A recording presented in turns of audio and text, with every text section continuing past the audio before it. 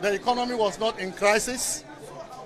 President Mahama used the SONA to lament over an economy which was not in crisis. And yet he told Ghanaians the economy was in crisis. The Minister for Finance also tried to do same. But however, we all heard him alluding to the fact that this economy is a strong economy. You watched the hesitation when it came to announcing the growth figures. You also watched with hesitation by the minister when it came to the debt levels, the debt to GDP levels. The reality is that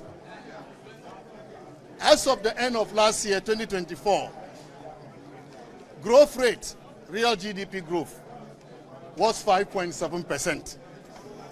And this was released just yesterday by the Ghana Statistical Service, confirmed by the minister today. We took over from the end of 2016 with a growth rate of 3.4%. 3.4% against 5.7%. And if you come to the projection for 2025, that is really disturbing and disappointing. An economy that was broken, recording 5.7%, and a reset economy, as we are being told, is projecting to grow at 4%. How can we say that this reset economy will be better than the economy that President Mahama said was criminally mismanaged and which grew at 5.7%? In terms of reserves, again, by the end of 2024, we left with the NDC government $8.9 billion of gross international reserves. And that was the equivalent of 4 months of import cover. The NDC handed over in 2016 with import cover of 3.5%. 2016, we left them with 4 months of import cover. In this year's budget, 2025, they are projecting to achieve 3 months of import cover, which is even worse than what they recorded in 2016. Are we moving forward or we are moving backward? So if a broken economy could leave 4 months of import cover, how come a reset economy is contemplating going back to 3 months of import cover? Ladies and gentlemen, the debt to GDP of Ghana, they have made all the noise about the MPP government excessively borrowing. The debt to GDP at the end of 2024, 61.8%. Debt to GDP ratio, 61.8%. NDC, when they left office in 2016, it was 73%. It was not until when the GDP was rebased in 2018 that it came to 56%. But the real debt to GDP when they left government was 73%. We left government with 61.8%. It means that Ghana is no longer heavily indebted. We have brought Ghana to debt sustainability path. And we are just left with little percentage points to achieve the IMF target of 55%. If you have 61.8%, we are talking about 6 percentage points to achieve the IMF target of 55%, which Ghana is supposed to achieve by 2028. But ladies and gentlemen, as of 2024, we already have achieved 61.8%. This economy, they said, was a broken economy, ended with a debt to GDP ratio of 61.8%. We have left with the NDC just 6 percentage points to achieve the 55%. But looking at the way they've started borrowing, I am worried. I am worried if they will not jeopardize the achievement, the gains that we have handed over to them. Trade balances have been confirmed today to be in surpluses. Trade balance is in surplus. The current account balance is in surplus. This cannot be a broken economy.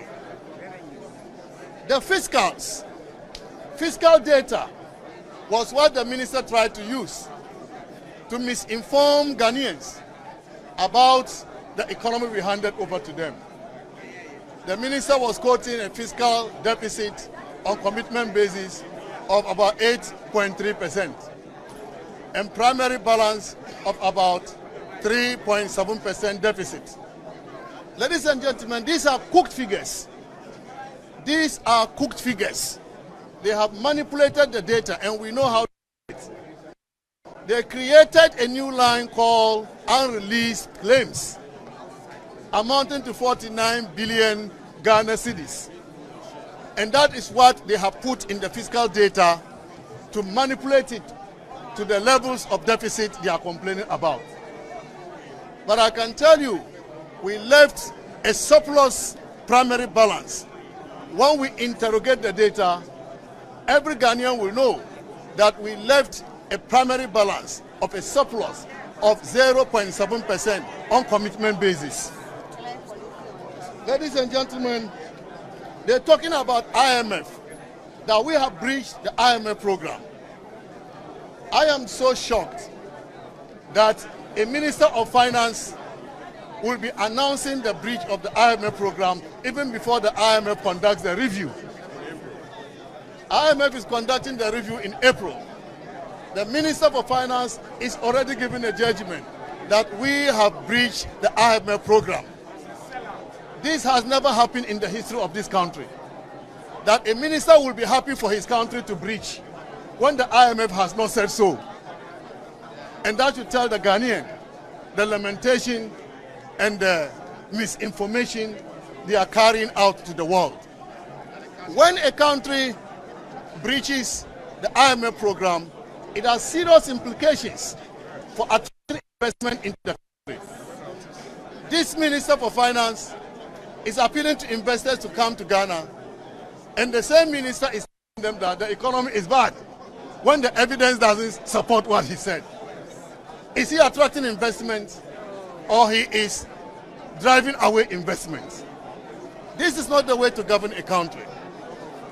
Gentlemen, the minister also talked about the $10 billion big push. $10 billion big push. And in this budget, he only allocated $800 million. $800 million to the big push projects in this budget. When they want to spend $10 billion, assuming they even average $1 billion, they increase it to $1 billion average a year, they will not even be reaching $5 billion by the end of their term. So the jobs they are promising Ghanaians, they are Sakawa jobs. The jobs will not come. They are already failing in their promise as far as the big push is concerned. Ladies and gentlemen, they talked about the 24-hour economy. 24-hour economy is supposed to incentivize industry to grow the economy. We left government with industry performing 7%. But if you look at the average industry performance from this year, 2025, to 2028, by the time they leave government, it is only 5%. Average industry growth, 5% for the next 4 years. When the MPP recorded 7% in 2024. So the 24-hour economy is another Sakawa. The jobs they are promising will not happen. The budget did not address the cost of living issues. Cost of living issues haven't been addressed. Transport fares continue to increase. The budget did not address how they are going to ensure that petroleum product prices do not increase. And once petroleum product prices continue to increase, transport fares will increase. This budget did not address that. This budget talk about how they are going to reduce energy bills. They didn't talk about how to decrease water bills. All these bills will continue to increase, looking at the indicators that we are seeing. And we thought that having campaigned on cost of living crisis and came to power with the support of the Ghanaian people, the least the government could do was to present a budget that will address the cost of living crisis in terms of transport fares, in terms of prices, in terms of energy bills. But even when we come to taxes, the minister announced that they are abolishing VAT on motor insurance. Ladies and gentlemen, we were already not collecting VAT on motor insurance. VAT on motor insurance. Rather, the minister was trying to be smart. They have reintroduced VAT on non-life insurance, with the exception of the motor vehicle insurance. So all other insurance, given that the penetration of the insurance industry is just 1.1%, we are so shocked that the minister will reintroduce VAT on non-life insurance, except motor vehicle insurance. So let us not rejoice over the removal of these taxes, which we expected. What we did not expect was the reintroduction of VAT on insurance. They've also increased the growth and sustainability levy from 1% to 3% for the mining sector and extended the sunset period from 2020 to 2028. When you heard the minister talking about growth, he said that the growth was influenced by the extractives. That's a lie. And so, how can you tax a sector which is giving you growth? The sector that is giving you growth is the sector you want to go and tax. This is not good for industry. This is not good for economic growth. And this is not good for the development of our people. Ladies and gentlemen, betting tax that they said they have abolished. We never collected betting tax. We never implement the betting tax. So to come and tell Ghanaians that you have abolished something that was not implemented is to deceive the people of Ghana. My brothers and sisters, they are talking also about gold board. It's important I address this. The gold board, as you heard the minister talk about, is to be financed from the budget. The minister is allocating $279 million to the gold board. We have never funded the gold purchase program or gold for oil program from the budget. It's never happened. And so to fund the gold board from the budget, in our view, is just to put in money to be benefited by NDC cronies. It is to create loot and share. The Bank of Ghana was funding the gold for purchase program from a revolving fund, and therefore it did not affect the taxpayer. Now you have a gold board which is going to rely on the taxpayer. We think that this is create loot and share, and we will resist it. Let me also say that the women banking that they said they were going to set up, they have allocated a paltry sum of 50 million Ghana cedis. 51 million Ghana cedis. 51 million Ghana cedis. And the capital requirement is 400 million for banks to be set up. So what are you telling Ghanaian women? Even when you have your vice president being the first woman to occupy that position, we are throwing dust in the eyes of the Ghanaian people, particularly our women, who really need all the support we can provide to them. Let me add also on free senior high school program. Free senior high school program is so important for Ghanaians. The NDC, as the minister said, indicated that there is no dedicated funding for free senior high school. That is not true. That is not true. The free senior high school program is funded from the goods and services component of ADFA. That is how we have funded free senior high school. Now he is deciding to uncap GET fund. with the view to using the uncapped amount to fund free senior high school. But GET Fund is for infrastructure. GET Fund is used for infrastructure. Free senior high school is mostly about goods and services. And this is why we applied the goods and services component of the ABFA to fund free senior high school program. Very soon, Ghanaians will see whether they can provide sustainable funding for free senior high school. These are all attempts to come back and tell Ghanaians that it's difficult to fund free senior high school, and therefore parents should pay. That is what they are trying to do. But we will expose them anytime they try to do this. Also, the Agenda 11 projects, we had a dedicated funding source for it. We were funding it with the CAPEX component of ABFA allocated to GIF.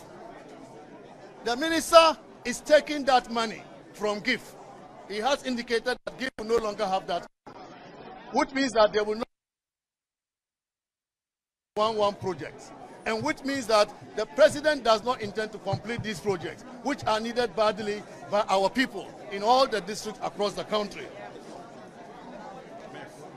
They are also talking about allocating some money for nurse allowance and teacher allowance.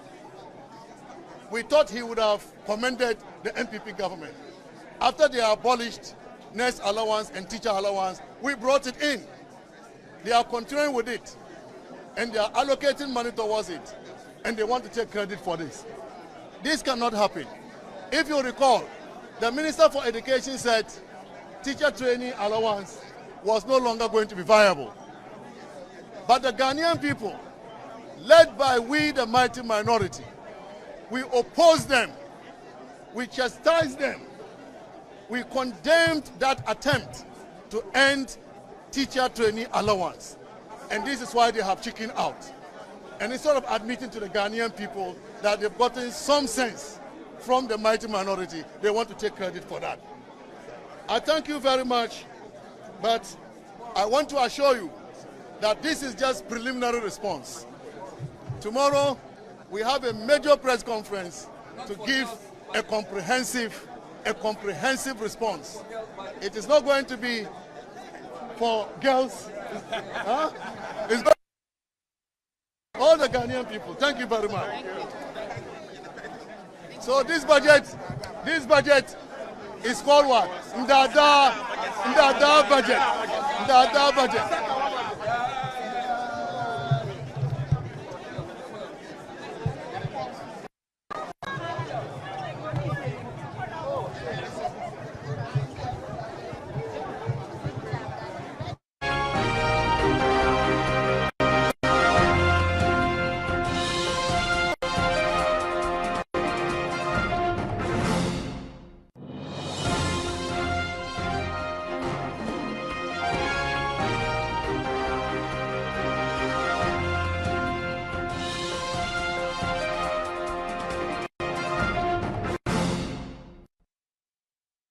Well, welcome back to the studios. That was the former Finance Minister, Dr. Mohammed Amin Adam, and he was reacting on behalf of the minority to the budget statement by the Finance Minister, Dr. Kaisel Atofos. And then he mentioned a number of issues which I'll just run us through. He spoke about the Women's Bank and all. I'm told that there's something still happening in Parliament. I'm sure Maurice will be giving us some more reactions. So we'll take you back to Parliament and we'll come back to the studios. Maurice, take over. Close of 2024. And so the minority is asking, if we did 5.7% in 2024, why are we targeting a 4% growth in the year ahead, 2025? This particular budget has also been making allocations to the many promises that were made by this government. So if you listen to the Finance Minister, there is an allocation to cater for school fees of first-year tertiary students for this particular year. There is allocation for the Women's Development Bank. There is a 1.5 billion Ghana cedis allocation for agricultural development. The government says there is a need to mechanize agriculture ensure that there is raw materials for industry, especially with the implementation of the 24-hour economy. A lot of allocations. For the first time, we're going to be having our assembly members paid. So some 100 million Ghana cedis has been allocated to pay allowances to assembly members as promised in the NDC manifesto. So quickly we'll be speaking to some of the MPs who are here already. We'll be listening to what their perspectives are on the 2025 budget as presented by the finance minister. Let's quickly join in and speak to the former deputy minister for education and listen to the uncapping of the GET fund to provide funding for the free senior high school, how the minority accepts this particular policy. It's only financing infrastructure. And so saying that you're going to make savings from the uncapping of GET fund to finance free SHS is highly misplaced, because the larger component of free SHS is the running cost, disbursement to schools, recurrent disbursements, and then feeding, textbooks, and other expenditure that are non-infrastructure. Therefore, if you are relying on savings from GET fund to finance your free SHS, it is a misplaced alignment. And so clearly, they don't have any dedicated source of funding for free SHS, contrary to our strong position and dedicated source of funding on ABFA. Again, the overall outlook on the economy, they are taking Ghana backwards. The economy of Ghana is being taken backwards, because from growth rate of 5.7, they are targeting for abysmal 4%. They are only taking us backwards. We were expecting that after inheriting a GDP of 1.2 trillion cedis, they would have taken us forward. They would have grown the economy further, inheriting growth rate, and year growth rate of 5.7. You take us to minimum 6 or 6.5. You don't take us backwards to 4%. That is terrible. Inheriting gross international reserve of 4 months import cover, approximately $8.9 billion. You don't take us backwards to only 3 months import cover. And so clearly there is no aspect of this budget that is inspiring. Then they talk about 51.8 million cedis to set up Women's Bank. Which bank can use 51 million cedis for capitalization? You need minimum 400 million to capitalize a bank. And so if you really want to set up a bank, properly so-called, you cannot joke with 51.8 million. That's a seed capital. How is it a seed if it doesn't even meet the minimum, seed required to capitalize a bank? The minimum capital for a bank is 400 million cedis. You are talking about 51.8. So it's just an amount to just share to the party apparatchiks, but not to set up any meaningful bank that will be sustainable, that will support businesses and support small enterprises led by women. We expected them to show commitment. We expected them to have an initial allocation of nothing less than 500 million cedis, such that you meet 400 million minimum capital and have some extra 100 million, to drive sustainability. So this budget is uninspiring. They also introduced a lot of hidden taxes. They talked about abolishing taxes. Yes, of course, we all in our manifesto agreed that certain taxes ought to go. If we had one power, we promised that we're going to abolish e-levy. We promised that we're going to abolish COVID levy. We promised that we're going to abolish betting tax. We all said we're going to remove it. So yes, but if you introduce it and you did not find the full benefits of it, you need to revise. And that is why governance is dynamic. And therefore, in our budget, in our proposals or campaign messages, we promised the good people of Ghana that, among other things, e-levy was going to be scrapped, and then we're going to abolish betting tax. So if they have abolished same, that's commendable. But they don't pass the back door to reintroduce many hidden taxes, under the guise of abolishing taxes. And now it is going to impact the sunset period they have extended to 2028 on the mining tax. Is going to drive away a lot of FDI into that sector. The other aspect that is also very critical that must be mentioned in this budget is that they just listed some 800,000 students that are going to get textbooks. But 800,000 is just one class. So if it is the whole primary from primary 1 to GHS 3, 800,000 is just about class 2 learners or class 3 learners. And so if you are only bringing them 4 sets of textbooks for only one class, what about the other classes and what about the other subjects? So we're still here in Parliament. That was the former Deputy Minister for Education there. Let's quickly speak to Deputy Minister for Roads and Highways, Honorable Suhuyini, and listen in on his thoughts on the budget. Ghana cedis. And so that debt remains, an issue, at the ministry. But I'm very confident that with the way the finance minister has begun, we'll find a way to...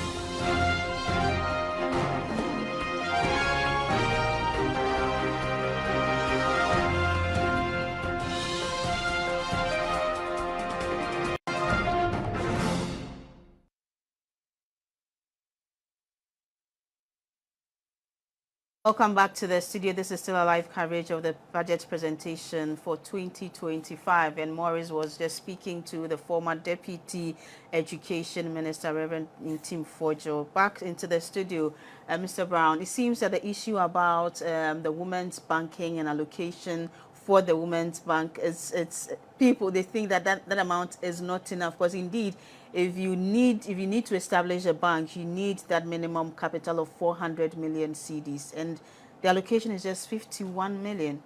Yeah, I'm sure there must be a reason to it. I'm certain they must be following a certain strategy. For instance, based on some other studies that we've carried out, we thought that there's no need for you to establish a full bank on its own to take care of women businesses. You can have a desk in a place like Development Bank Ghana, a department that is dedicated for women's banking.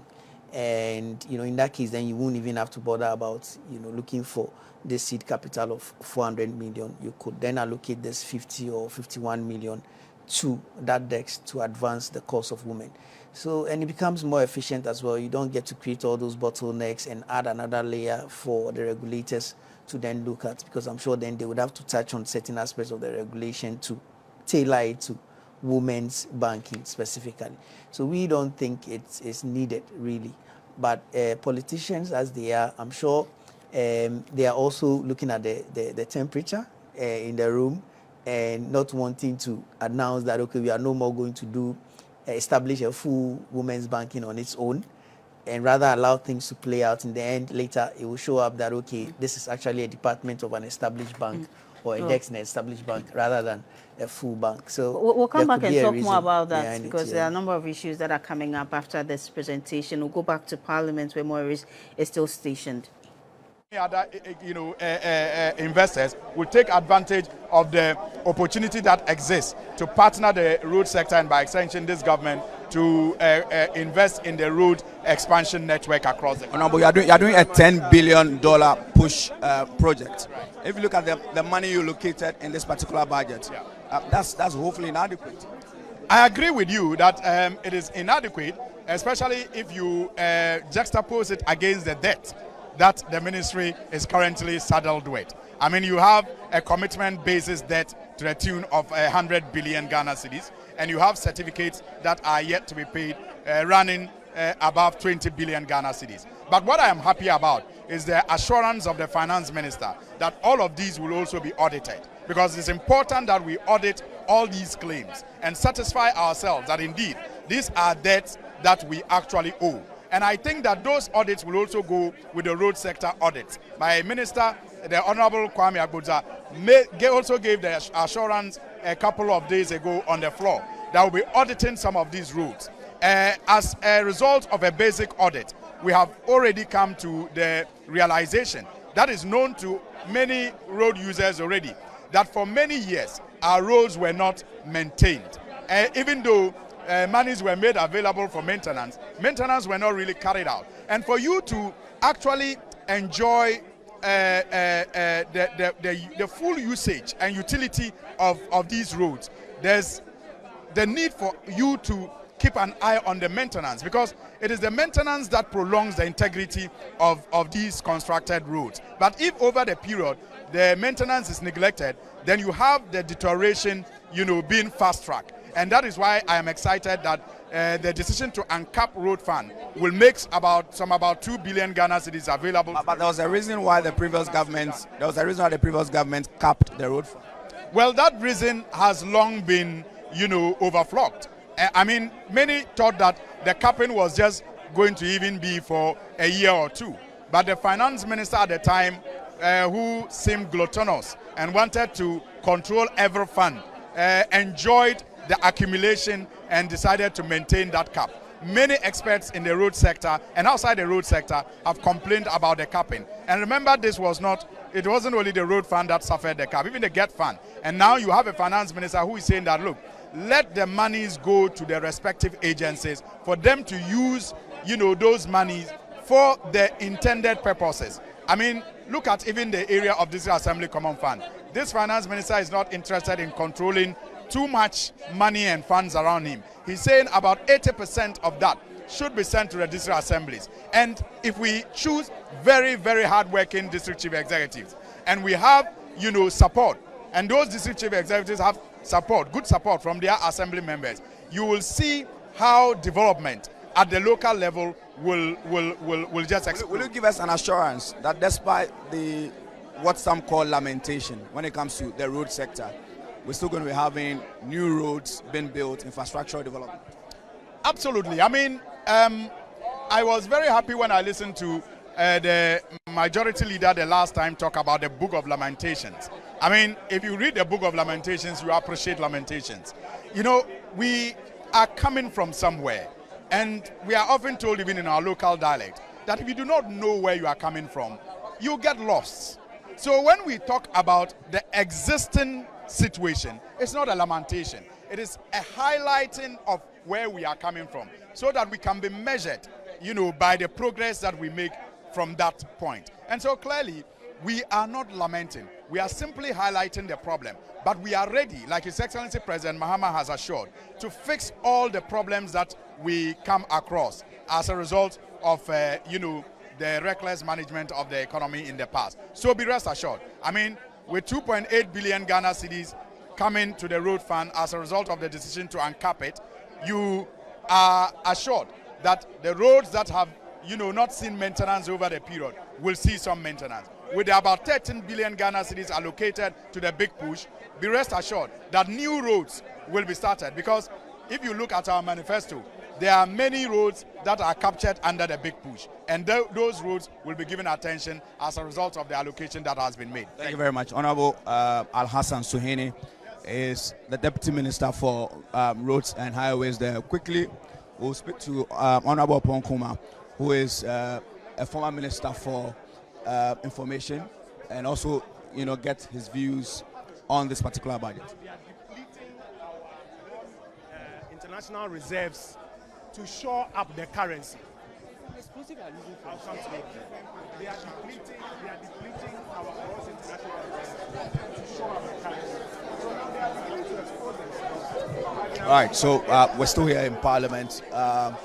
We're getting reactions from both sides of the House, the minority and the majority, sharing their thoughts on the 2025 budget. Don't forget that this budget is the one that scrapped the e-levy. It's scrapped the emission tax. The budget has also promised to scrap other levies, which the government believes that is having a toll on the ordinary Ghanaian. We're still here in Parliament. Let's speak to the MP for Hohoe. Couldn't comment. Afenyo Markins couldn't comment, as we know him, on the budget, a sensitive budget for that matter. Look at what happened at the chamber. Their members were moving out one after the other because they have nothing to say for the first time in the history of Ghana. So I am happy, and I know the youth out there are happy. I know the women are happy because Women Bank has come. Not it's coming, no, it has come. Youth in Apprenticeship Program has come with a dedicated funding. Our brothers and sisters who are in school first year, their first year school fees that our manifesto states that we pay. It has been, captured in the budget. So every intervention project that we have planned to do have been captured. That's why the youth are happy, the women are happy, the men are happy, because Farmer Service Center is also coming. And I know all of you are happy, because while the budget was being read, I was looking at the journalists. I realized there is a big relief for the first time in the history of Ghana that all of us are happy about. All what we need from you is your prayers, so that we'll get all this implemented. We are not thinking about where to get the money. We have raised the money internally to fund all these programs.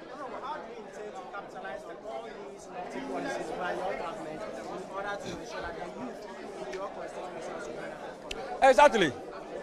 That's why every budget that is read, you as an MP, your job is to go out there, fish out the one that is youth related and your constituency related. So what we are going to do next week, I have already planned a program for my constituency. That's with the youth programs, youth in apprenticeship, the Okada, the coding, the 1 million coding, and then the other, in fact, the Women's Development Bank. There's a program that we have planned in Howard constituency in the coming weeks, where all the youth will be gathered, who will know their area of interest, who will segment them and get them ready for the implementation of these particular programs.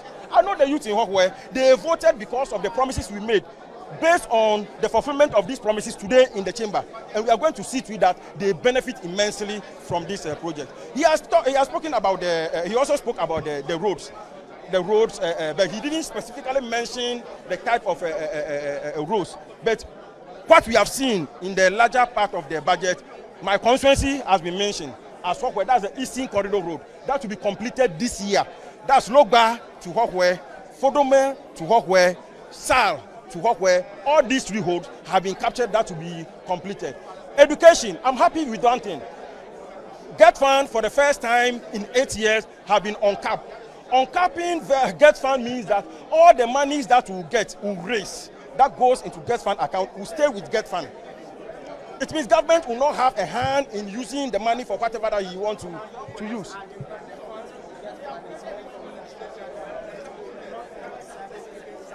That's why they will bring the act. You see, before the reading of the budget, the finance minister mentioned some acts that he will bring to Parliament for a review.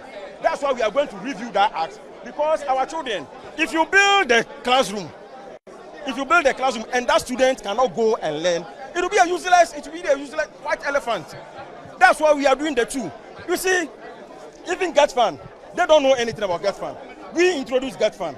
The time we introduced Get Fund, they demonstrated, Nanado and his people demonstrated against us. That was one time. Now are they to tell us how we should use Get Fund? No. So the act will be brought to Parliament. We will review the act so that free SHS will have a dedicated source of fund for the first time in 8 years. You see, you can't give birth without knowing how you take care of the child. That's why up to date, Danado, when they ask him of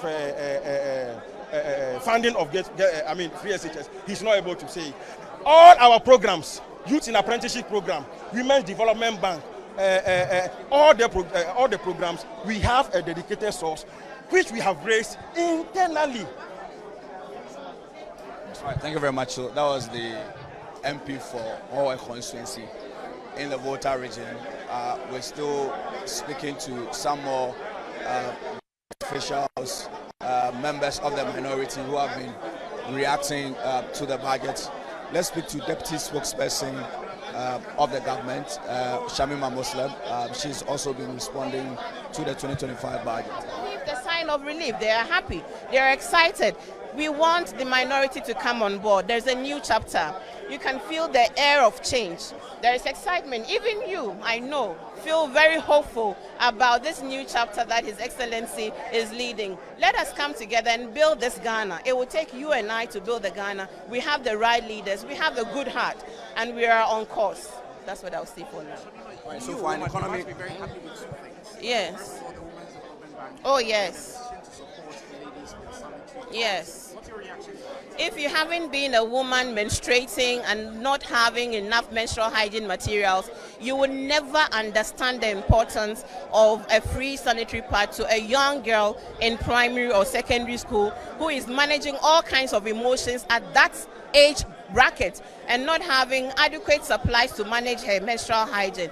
I think their attempt to laugh at that suggestion that this budget is a budget for girls once again portrays the minority side as very insensitive to the real issues on the ground, as very disconnected to the lived reality of the people they purport to represent. So I, as a mother of 2 girls, as a sister and an auntie, and as a woman, I know that it is way overdue that young girls in secondary schools and primary schools should never, for a day or a minute, think about how to manage their menstruation when they are in their menstrual cycle. And so it's very welcome news. I am on various platforms. Everybody is celebrating the decision, and we are very happy that His Excellency has, met that particular promise to young girls. On the Women's Development Bank, people thought we were joking about it and that we were not going to do it. How do you make such a promise with no intention of fulfilling it? It would have been suicidal. So you are here. Please report to your viewers that the money will come on stream and that those women who are in the informal economy, whose incomes and whose capital have been eroded as a result of the mismanaged economy of the previous administration, would have a new leash of life. Sometimes they don't ask for a lot. When we went through the villages, look, 500 is capital for a household. They will go to the market and manage that 500, and they can take care of their feeding needs. 1,000, 2,000, 3,000. You think that it's peanuts, but for some household, that is all they need to turn their lives around and ensure they can at least eat food.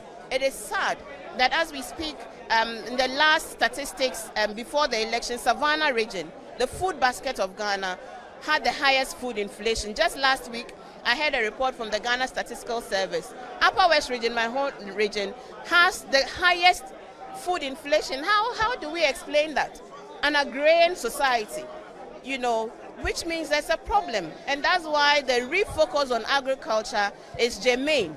Because if we don't ensure that agriculture actually works and contributes to the GDP of this country like it has the potential to do, we will just move around circles and we'll come back here next year with no substantial, things to report upon. I am excited about this new prospect for Ghana. The minority says that the initial allocation of 57 million Ghana cedis to the Women's Development Bank falls short of the minimum capital requirement of 400 million Ghana cedis for banks. What will be your response? Perhaps they don't understand. This is not a commercial bank.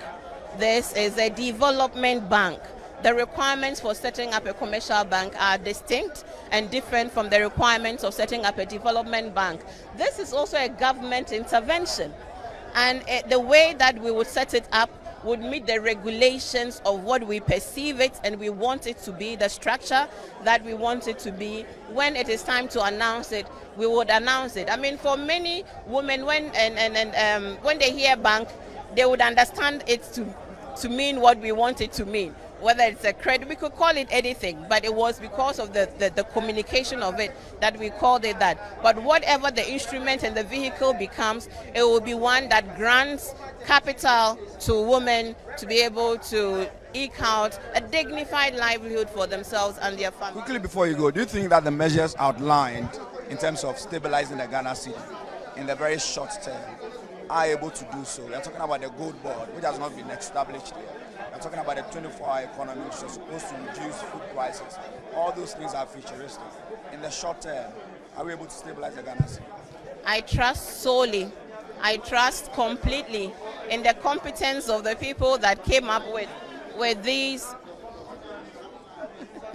I trust solely in the confidence of the finance minister and the individuals that have come out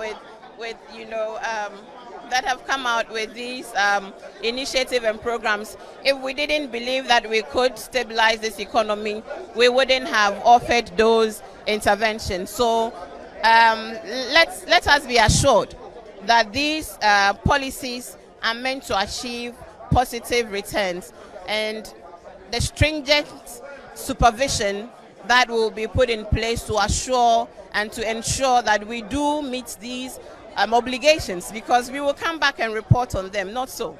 And so let's be hopeful and let's support the ideas and the execution, most importantly, of those ideas. Why is your government still financing teacher training allowance, lesson training allowance? We made a promise to them, didn't we? And as you've made a promise, you must fulfill the promise. I was asked this question. I said that if into the next year or two, we sit around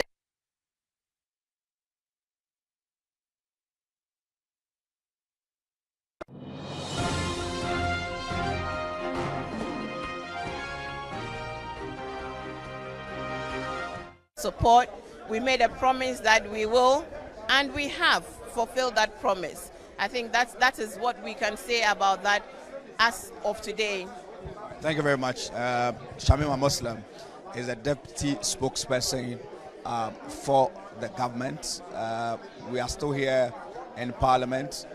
This particular budget has promised to scrap the 1.5% tax on raw gold as exported by small and medium scale gold miners and other initiatives that the finance minister believes are going to propel the growth of this Ghanaian economy.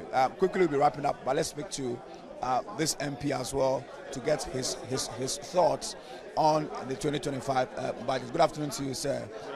Your name and your constituency. My name is Dr. Otniele Kokwenu, and I represent the good people of Ekumfi constituency in the central region. So in Ekumfi, we'll be talking about the Ekumfi Juice Factory. There's a 24-hour economy initiative. The minority says the policy is not ready. I mean, the president spoke about it, the finance minister spoke about it. We've not really seen the policy itself. Thank you. Well, I mean, if you look at President Mahama's State of the Nation address and also to today's budget, you can see the consistency with which they both spoke. Definitely in the interest of resetting this country.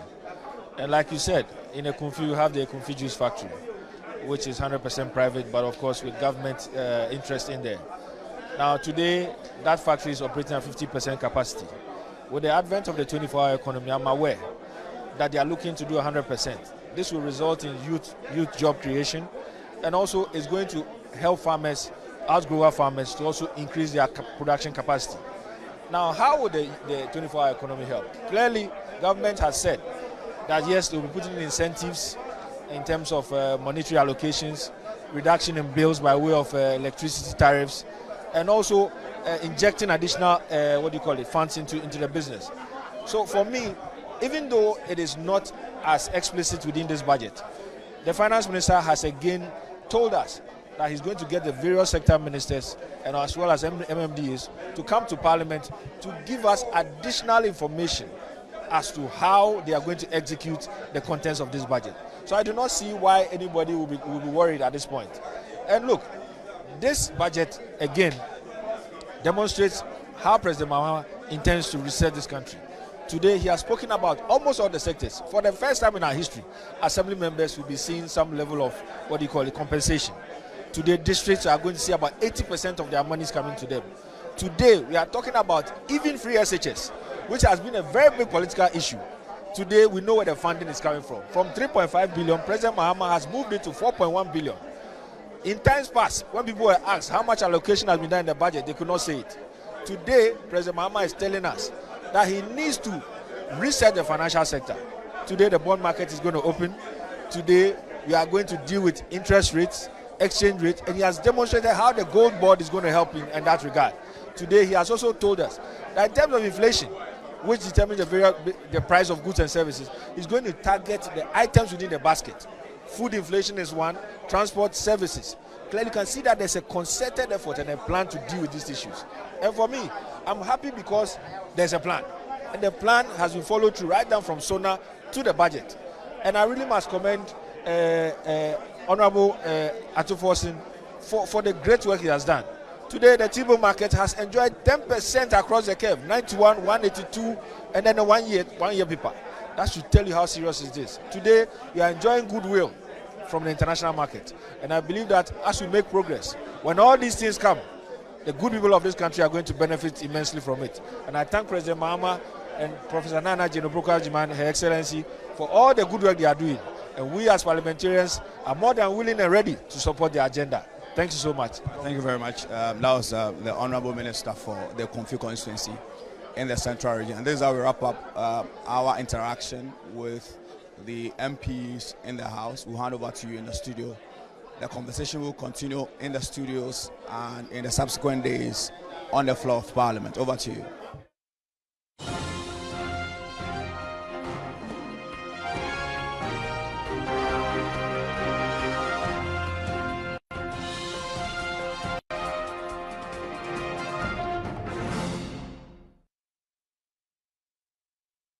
Well, thank you so much, Maurice, for that interaction with some members of Parliament and stakeholders in Parliament on the 2025 budget presentation. And in the studio, we've been having some conversations about the presentation and some of the points that were raised by the Finance Minister himself, some members of Parliament who were speaking to Maurice earlier. And Mr. Dennis has been talking about the fact that, in fact, the 24-hour economy, we all know, it's a good policy if it should come into fruition, would create a number of jobs. But you were raising some issues about how it may affect production at some point, because many people may not necessarily be adding more hours to their production hours, but moving production to the evenings when there are a bit of incentives for production. Yeah, so I guess maybe broadly, the point I was making is that we've, from time immemorial, seen very beautiful policies presented in budgets, and it's always the implementation that is the issue, that is fraught with either corrupt practices or inefficiency issues that, then ensures that the policy does not result in the outcomes that we want. So we've heard things like incentivizing private sector to jump onto the 24-hour policy. And my advice is that we have to look very closely at how we structure the incentives, because we've heard things like making power, security, and other factors of production cheaper at certain times of the day. And my response is, if you don't have effective system in place to monitor those that jump and benefit on this, to ensure that they are actually increasing production. That is one. Two, if you cannot ensure that the market is available to absorb the increased production that is expected from that kind of incentive or the policy in general, then you may be shooting yourself in the foot, because you could be looking at entrepreneurs just looks at one, profit, and whether the market is available. Those are the two things. All the other things are nice to have, but these are the core things that they want to see. Am I going to make profits? Or am I going to arrive at the kind of price that is able to compete with what is already in the market? And is the market big enough to absorb the increased production, right?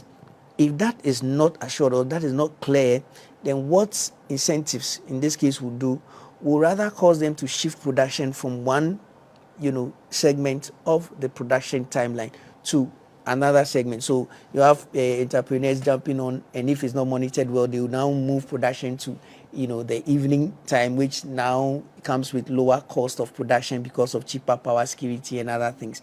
But at the end, the actual addition to production and the consequent outcome of creating jobs may not be realized. So not that incentives by themselves are not good, but if we are introducing them, we have to first ensure that these factors are, at play in terms of, the value chains and other facilitative role that government needs to play are in there to ensure that the product arrives at the market at a competitive price and the market is big enough to absorb the additional, production. Then the incentives comes in and even further makes the price more competitive by lowering the cost of production. So these are some of the factors that we need at some point strike a balance. Exactly. We need to look at and not just, a jump ahead of us. Because if the core challenge of one, let's say there not being a market for that value chain persists, then entrepreneurs may jump on it, but they will try to be smart about, how they run on the policy, or they may not jump on it at all, because then the lack of market becomes an issue. Now, there's also 100 million allocated for the payment of assembly members. That's some good news to the assembly members. Yeah, that's very good news to the assembly members, but it's sends worrying signals to some of us, especially looking at what the budget is prioritizing. If you listen to the finance minister, the budget is prioritizing expenditure rationalization, right? Seeking to cut expenditure wherever it can. So I'm asking myself whether now, especially in terms of the timing, maybe there's nothing wrong with paying allowances to assemblymen, but especially in terms of the timing, is it right?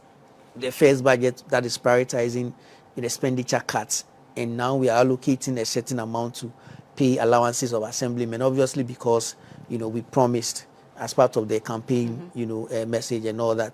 Yeah. So what it then means is that more has to be generated elsewhere, or further cuts even may have to be. We have scrapped some taxes. Exactly. You may have to still. Looking forward for some taxes to be scrapped soon. So I'm told that Dr. Paul Appiah-Konedu has joined us back. He is on the line. Good afternoon, Doc. Hello, good afternoon. Doc, thanks so much for joining us. We spoke to you earlier, but that was before the budget was presented. Now it's been presented. Are you satisfied with what was contained in the budget? Yes, I think after following the budget reading, in fact, I'm very glad. One, because we are trying to be very disciplined in the way we spend relative to how we have spent money over the years. If you look at debt servicing alone, we are committing about 142 billion Ghana cedis in debt servicing. But even while doing that, we have been able to reduce expenditure from 276 to about 269. That shows the extent to which we have been disciplined, or we proposing to be disciplined in terms of fiscal management. And that is a plus, because if we are going to bring our debt levels to a more sustainable level, we should start from cutting expenditures. And for the fact that for the primary balance on cash basis, we even have a surplus, that is a plus. And that means we are ready to take the bitter pill towards getting our debt levels to a more sustainable level. And then also the minister spoke about a 24-hour economic policy and the fact that they are preparing a comprehensive policy proposal which will be laid before Parliament for approval. I think that is a key intervention towards reducing youth employment. And if we are able to implement and roll that out very well, that will go a long way to help reduce youth employment. But Dr. 800 million cedis, $800 million for the Big Push program. Some have said that that's not enough. Yeah, that is not enough, but we shouldn't forget that we are constrained by our fiscal situation. We have to commit so much to debt servicing. Government is resuming servicing of our debt, that is interest payments and capital amortization in 2025. When we engaged in the debt exchange program, we had a moratorium on debt servicing. And so that is how come in 2023, 2024, government was able to spend so much. But in this year, we are resuming the servicing of our debt. And so we are constrained. So even though the government or the party during the campaign season proposed 10 billion big push, we are constrained by our fiscal situation. So I think we can start with the 800 million. And even at that, I think if we make sure we have value for money in the way we award contracts, if we make sure that we spend the right amount on the project, with the 800 million, we'll be able to do a lot. And even the allocation of about 2.81 billion into the road fund, which will be used solely for road maintenance, I think that is a big plus, because over the years, we borrow money to invest on roads, then we leave them to be destroyed within a short period of time. So for most of our roads, in 5 years' time, we see potholes. And because we don't maintain the roads, our big cars are running over the potholes and they become manholes over time. Recently, I went to my hometown. And even in my hometown, which is a countryside, I saw some road maintenance works going on. That means that this government is serious in terms of maintaining our roads. And with the allocation to the road fund to be used purposely for maintaining our roads, I think that will help to prolong the lifespan of our roads, which reduce the commitments into the road sector for so then I think that's money to finance. So I think $800 million is a good start. Maybe hopefully next year, if we are able to increase our revenues, we'll be able to allocate much more into the Big Push program. Now, on the point about roads, the minister said that indeed we're going to conduct an audit of the arrears in that sector. That must be some good news to you, considering the points you raised about the quality of roads constructed. Yes, it is very important. The fact that we have about 67 billion outstanding or arrears in the road sector, I think something that is very worrying. And if you do a comprehensive audit, you realize that for most of these roads, even 2-3 years after their construction, they have started developing potholes because the quality of materials that were used were not standard. And so I think the audit will help to bring contractors that did poor work to book. And then also engineers at the Highway Commission feeder roads that also pass these roads for payment should also be held responsible after the audit, because we cannot just be throwing monies away with the with public officials also helping for to perpetuate some of these things. So the audit, I think, is key. And as part of the audit, I think we should also minimize the rate at which we award road contracts. You realize that getting to elections, we award a whole lot of contracts, and because we don't have money, we just pay based to the contractors. They mobilize to the site, they do some work. Because we have no money to pay them, once they raise their certificate, we are not able to pay them. And then the road gets deteriorated. Next time, we have to go and borrow money to start all over again. That has been draining a lot of resources, which doesn't reflect in the quality of public services, in the quality of public infrastructure that we have. And so we should identify priority roles, priority projects that we want to work on, especially agriculture projects, especially roads that are linking agri-producing centers to make sure that we are able to move our products, our agricultural products to marketing centers. And once we decide to grant the contract, we should make do with our commitment to pay so that the contractors can finish these roads in time to reduce the cost overruns because of delays in payments of contractors in the road sector. Now, finally, before I let you go, we are talking about tax or cutting expenditure, but here we are adding on to that expenditure by allocating 100 million Ghana cedis for assemblymen. Are we now robbing Peter to pay Paul? I think that assembly members are key pillars in the delivery of public expenditures, public programs. And over the years, we have neglected them because right from the presidency to ministers to CEOs of government departments and agencies, at the regional level, we have regional ministers who are being paid. District level, we have the DCs who are being paid, even land cruisers sometimes. We have assemblymen who are supposed to represent the government at a very local level. And we neglect these people. We don't pay them, right? And so how do we expect them to work, stay committed when they are not being paid? The 100 million, I think, it's not that big. If you look at how much money we spend on government officials up there, we can cut some costs and use that to be able to pay their. So 100 million, I think, is not that much relative to the overall budget. It's not even up to 0.5% of the overall budget. And so I think that is a very good step that will encourage assembly members to stay true to their commitment to contribute to public policy delivery and also the delivery of projects at the local level. That is very important. And we are also making savings. The minister spoke about tax exemptions that previously were given to some companies. We are saving about 3.6 billion from tax exemptions. And if we are allocating 10 million to pay assembly members, I think that is not much. And hopefully we will also be able to make savings from other areas which can be channeled into some specific sectors of the economy that will contribute to growth and development. Well, thank you so much, Doc, for your time. Thank we you. are grateful. That's Dr. Paul Appiah Konadu, who is an economist, and we'll wrap up in the studio. Mr. Brown, your final words?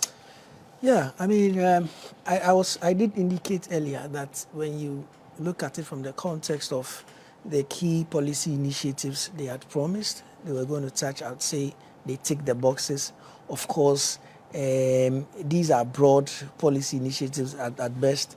We are also told that there's a bridge version of the budget statement, so we probably need to look at the full budget statement to see whether it provides further details. We've also heard some other concerns, put across regarding some of the policy measures that can then be critiqued, further on. We just need to take our time to analyze it properly and see, what it looks like going forward. But overall, I think the attempt to touch on the various key policy measures is a good one.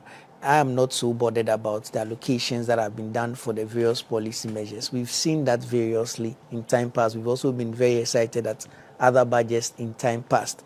the challenge and our challenge really sits with how we implement these policy measures. And some of them have given me a cause to be worried already. Going about shouting that we said we would do it, we have done it. You have not done it. You have just allocated funds to ensure whatever has to be done is done, and there's a certain outcome to it that has to be measured and evaluated at the appropriate time. So we need to commit properly to the implementation of SAME, ensuring that the resources allocated are properly used to achieve the intended outcome. Because there's one thing putting in a budget with a fine number allocated to policy A, policy B, and there's another thing ensuring that that takes effect as planned and it achieves its outcome. So that's where I want us to prioritize now going forward. The allocations have been made. Are we able to make judicious use of the resources, ensuring that these policies are properly implemented, devoid of all those corrupt practices and the inefficiencies that results in leakages at the end of the day or at regular times? Are we able to do our monitoring and evaluation and impact assessment to ascertain and satisfy ourselves that what we intended to achieve with these policies have been achieved? That's where we are now in terms of going forward. That is what we need to prioritize. Thank you so much for your time, Yusuf Brown. My name is Doreen Ampofo, and I've been doing this with a number of people. First, earlier in the morning, we've been speaking to some of our resource persons. Dr. Paul Apia Kunedu, an economist. We spoke to him a few minutes ago in the studio with me. I've had Mr. Dennis Brown, who is with Deloitte Ghana. We also spoke to Courage Boti on Zoom. He's also an economist. And Maurice Ogbeti brought us some scenes, sounds, and everything, videos you needed to see from what was happening in Parliament. Thank you so much for joining us. My name is Doreen. The conversation has just begun. We'll keep having more conversations on the budget presentation. We'll see you again sometime.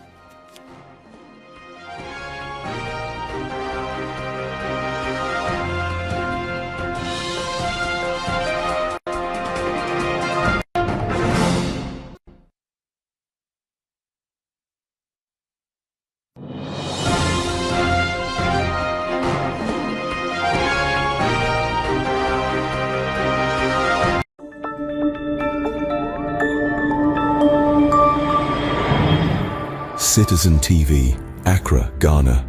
Citizen TV, the citizen's power.